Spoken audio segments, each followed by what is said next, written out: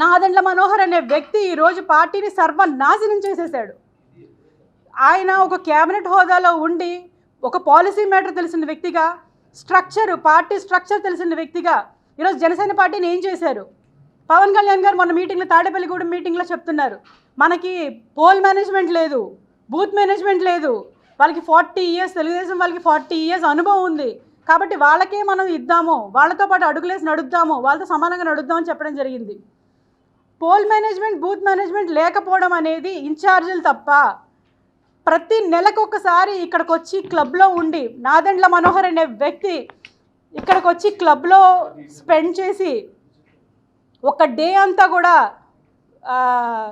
ఏదో మీటింగులు పెడుతున్నామని చెప్పేసి 3-4 రోజులు ఇక్కడే స్పెండ్ చేసి పోల్ మేనేజ్మెంట్ కానీ బూత్ మేనేజ్మెంట్ కానీ చేయకుండా ఏం చేస్తున్నారు?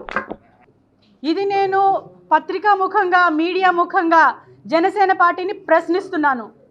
ప్రశ్నించమని మా నాయకుడే నేర్పాడు. ఆయన స్ఫూర్తితోనే పవన్ కళ్యాణ్ గారి స్ఫూర్తితోనే ఈరోజు నేను ధైర్యంగా మాట్లాడుతున్నాను, ప్రశ్నిస్తున్నాను. ఈరోజు జనసేన పార్టీ ఏం చేస్తుంది? పోల్ మేనేజ్మెంట్, బూత్ మేనేజ్మెంట్ లేకుండా దశాబ్ద కాలంగా పార్టీలో ఉన్నారు కదా ఆయన, దశాబ్ద కాలం పార్టీని నడిపారు కదా ఆయన. ఇప్పటికీ కూడా పోల్ మేనేజ్మెంట్, బూత్ మేనేజ్మెంట్ లేదు అంటే ఎవరి వైఫల్యం కారణం ఇది? ఖచ్చితంగా పవన్ కళ్యాణ్ గారు, నాదెండ్ల మనోహర్ గారు కూడా ఇందులో దీనికి సమాధానం చెప్పి తీరాలి. అంటే ఇంతమంది జన సైనికులు, పవన్ కళ్యాణ్ గారు అంటే పడి చచ్చిపోయే యువత షర్టులు చింపుకొని చెప్పులు కూడా లేకుండా ఆయన కారు వెనకాల పరిగెడుతుంటే ఆయనకి ఇంత కూడా జాలి కలగట్లేదా? వాళ్ళ భవిష్యత్తుని ఈరోజు సర్వనాశనం చేసేసారు. దశాబ్ద కాలం అంటే ఒక జనరేషన్ పోయింది. ఒక జనరేషన్ ఆయన వెనకాల తిప్పించుకొని మా నాయకుడు సీఎం అవుతాడు అని కలలుగానే ఈ యువత ఈరోజు ఏమైపోవాలి?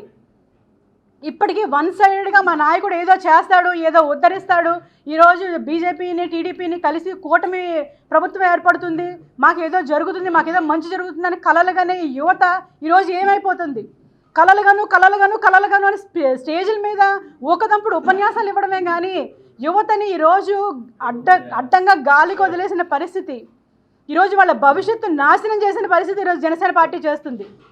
వీళ్ళంటికి చెలించి ఇంకా ఉండలేక, నాదెండ్ల మనోహర్ గారు చేస్తున్న అకృత్యాలు చూడలేక, పవన్ కళ్యాణ్ గారు చుట్టూ ఉన్నటువంటి మనుషులు, హరిప్రసాద్ గారు, రాజకీయ కార్యదర్శి హరిప్రసాద్ గారు, అదేవిధంగా చక్రవర్తి, అదేవిధంగా కేకే, వీళ్ళందరూ మనుషుల్ని ఇలా దగ్గరికి రానివ్వరు. పవన్ కళ్యాణ్ గారి దగ్గరికి ఏదైనా చెప్దామన్నా, ఏదైనా చేద్దామన్నా సరే ఈరోజు పరిస్థితి లేదు. అక్కడ ఎంతసేపు ఒక క్వార్టరీ ఒకటి మెయింటైన్ చేస్తారు, ఒక కాపు క్వార్టరీ మెయింటైన్ చేస్తారు.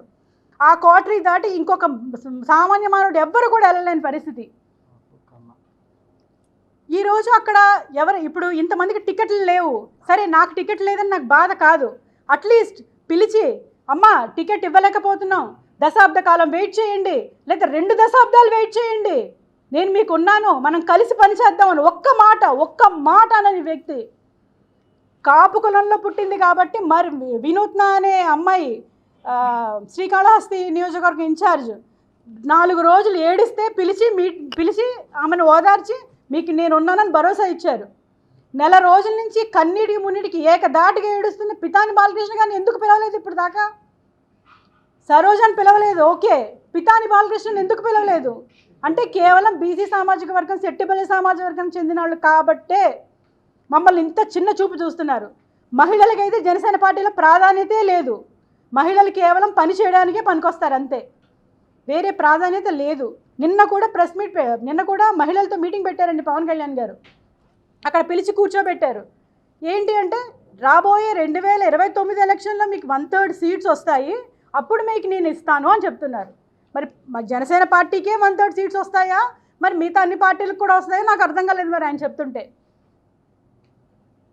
అక్కడ కూర్చోబెట్టి మీలో మీరు మాట్లాడుకోండి, మీలో మీకున్న సమస్యలు తేల్చుకుని ఒక నోట్ రాసి నాకు ఇవ్వండి, నేను దానికి రెస్పాండ్ అవుతాను అని చెప్తున్నారు అని చెప్పి అక్కడి నుంచి వెళ్ళిపోయారు.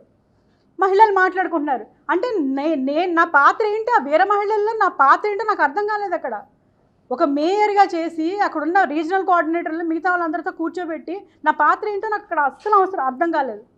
నాకు అర్థమవుతుంది ఇంకా బీసీలకి, ముఖ్యంగా మహిళలకి అక్కడ ఉంటే ఊచకోత కోస్తారు, పాతరే, వాళ్ళ లైఫ్కి వాళ్ళందరూ కూడా స్టార్టింగ్ స్టేజ్లో ఉన్నారు, వాళ్ళ కెరీర్ స్టార్టింగ్ స్టేజ్లో.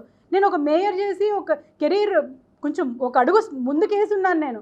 అంటే నా కెరీర్ నాశనం అయిపోతుంది అక్కడ అంతమైపోతుంది. జనసేన పార్టీ అనేది ఒక రెసిడెన్షియల్ కాలేజ్ అండి. ఇది అటెండెన్స్లు వేసుకోవడము, సెల్లలు బయట పెట్టి మీటింగులకి వెళ్ళడము, ఒక కార్పొరేట్ ఆఫీస్ లాగా మెయింటైన్ చేస్తారు దాన్ని. ఇలాంటి పార్టీకి నేను ఇవాళ రిజిగ్నేషన్ ఇవ్వాలని మేమిద్దరం కూడా నేను నా భర్త కూడా ఎప్పుడు అనుకోలేదండి. పవన్ కళ్యాణ్ గారిని వదిలేస్తాను అని నేను ఎప్పుడు అనుకోలేదు. అందుకే నేను ఆ బాధ చెప్పలేకపోయాను, అంతే అండి. ఈరోజు నేను నా ప్రాథమిక సభ్యత్వానికి కానీ మా వారి ప్రాథమిక సభ్యత్వానికి కానీ నా జనసేన పార్టీ రాష్ట్ర కార్యదర్శిగా కానీ నేను ఈరోజు రిజిగ్నేషన్ చేస్తున్నాను. మీ ముఖంగా పత్రికా ముఖంగా ఈరోజు ఆ విషయం తెలియజేయడానికి ఈరోజు ప్రెస్ మీట్ ఏర్పాటు చేయడం జరిగింది. దయచేసి నేను అందరినీ కోరుకునేది ఒకటే, శెట్టి బలిజలు మరి ఇప్పటికైనా కళ్ళు తెరిచి మనకి రాజ్యాధికారం కావాలి అనుకుంటే మనం ఎమ్మెల్యేలు అవ్వాలి, మనం మినిస్టర్లు అవ్వాలి, మనం ఎంపీలు అవ్వాలి. అంతేగాని ఎవరికో ఎప్పుడు ఊడిగం చేస్తూనే కూర్చుంటే ఇంకా మాకు రాజ్యాధికారం అవసరం లేదా? ఇంకా ఇవ్వరా మాకు రాజ్యాధికారం?